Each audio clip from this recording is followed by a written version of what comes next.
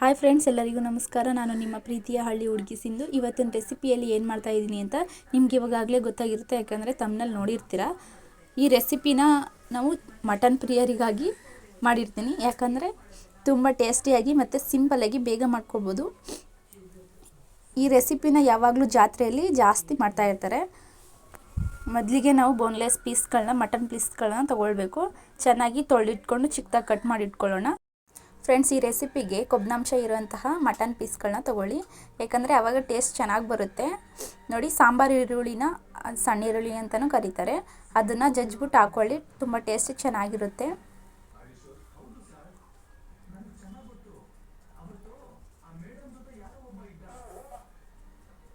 ಆಮೇಲೆ ರುಚಿಗೆ ತಕ್ಕಷ್ಟು ಉಪ್ಪನ್ನ ಸೇರಿಸ್ಕೊಳ್ಳಿ.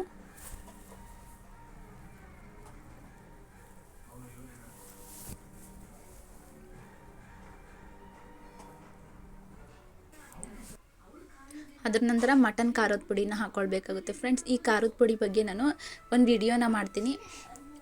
ಈ ಖಾರದ ಪುಡಿನ 1 ವರ್ಷದ ತನಕ ಮಾಡಿ ಇಟ್ಕೊಳ್ಬೋದು, ಏನು ಕೆಡೋದಿಲ್ಲ, ಚೆನ್ನಾಗಿರುತ್ತೆ.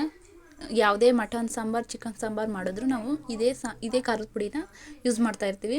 ತುಂಬ ಟೇಸ್ಟಿಯಾಗಿ ಸಾಂಬಾರು ಮತ್ತು ಯಾವುದಾದ್ರೂ ಗ್ರೇವಿ ಮಾಡಬೇಕಾದ್ರೂ ಇದನ್ನೇ ಹಾಕ್ತೀವಿ, ತುಂಬ ಚೆನ್ನಾಗಿ ಬರುತ್ತೆ. ಅದರ ನಂತರ ಚೆನ್ನಾಗಿ ಮಿಕ್ಸ್ ಮಾಡ್ಕೊಳ್ಳಿ. ಫ್ರೆಂಡ್ಸ್,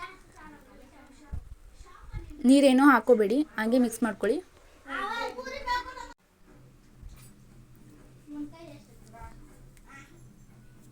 ಇನ್ನು ಒಂದು ಸರಿ ಮಾಡ್ತಿಂದರೆ ಮತ್ತೆ ಮತ್ತೆ ತಿನ್ನಬೇಕು ಅನಿಸುತ್ತೆ.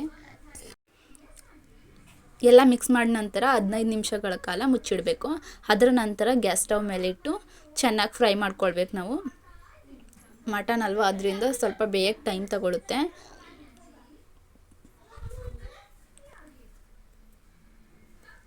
ವೆರಿ ಸಿಂಪಲ್ ಫ್ರೆಂಡ್ಸ್, ಈ ರೆಸಿಪಿ ಮಾಡೋದು. ಅದ್ರ ನಂತರ ನೋಡಿ ಫ್ರೆಂಡ್ಸ್, ಸಿಂಪಲ್ ಮಸಾಲೆನ ರೆಡಿ ಮಾಡ್ಕೋಬೇಕು. ಅದಕ್ಕೆ ಏನೇನು ಬೇಕು ನೋಡ್ಕೊಳ್ಳೋಣ.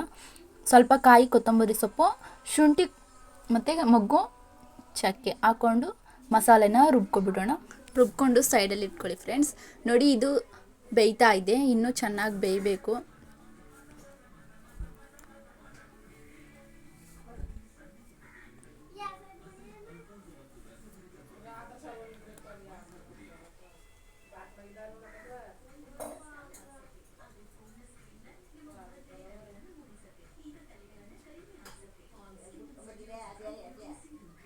ನೋಡಿ, ಚೆನ್ನಾಗಿ ಬೆಂದಿದೆ. ಇವಾಗ ನಾವು ಆವಾಗಲೇ ಮಸಾಲೆನ ರುಬ್ಕೊಂಡಿರ್ತೀವಲ್ವ, ಅದನ್ನು ಸ್ವಲ್ಪ ಆ್ಯಡ್ ಮಾಡ್ಕೊಳ್ಳಿ.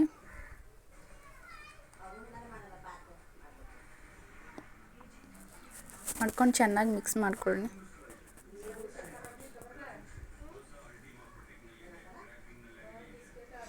ಅದು ಎಣ್ಣೆ ಬಿಡೋ ತನಕ ಬೇಯಿಸ್ಬೇಕು. ಫ್ರೆಂಡ್ಸ್, ಕಾಯಿ ಅದನ್ನು ಮಸಾಲೆನ ಜಾಸ್ತಿ ಹಾಕ್ಕೊಳ್ಬೇಡಿ, ಸ್ವಲ್ಪನೇ ಹಾಕ್ಕೊಳ್ಳಿ. ಜಾಸ್ತಿ ಹಾಕೋದ್ರಿಂದ ಅಷ್ಟೊಂದು ಟೇಸ್ಟ್ ಇರಲ್ಲ, ಸ್ವಲ್ಪನೇ ಹಾಕ್ಕೊಳ್ಳಿ.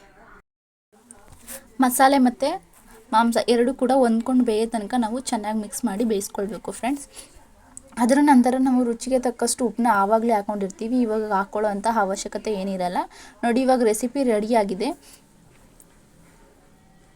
ಈ ವಿಡಿಯೋ ಇಷ್ಟ ಆದಲ್ಲಿ ಲೈಕ್ ಮಾಡಿ, ಶೇರ್ ಮಾಡಿ, ಕಮೆಂಟ್ ಮಾಡಿ, ಮತ್ತು ನಮ್ಮ ಚಾನಲ್ನ ಹೊಸ್ದಾಗಿ ನೋಡ್ತಿದ್ದೆ ಸಬ್ಸ್ಕ್ರೈಬ್ ಮಾಡ್ಕೊಳ್ಳಿ.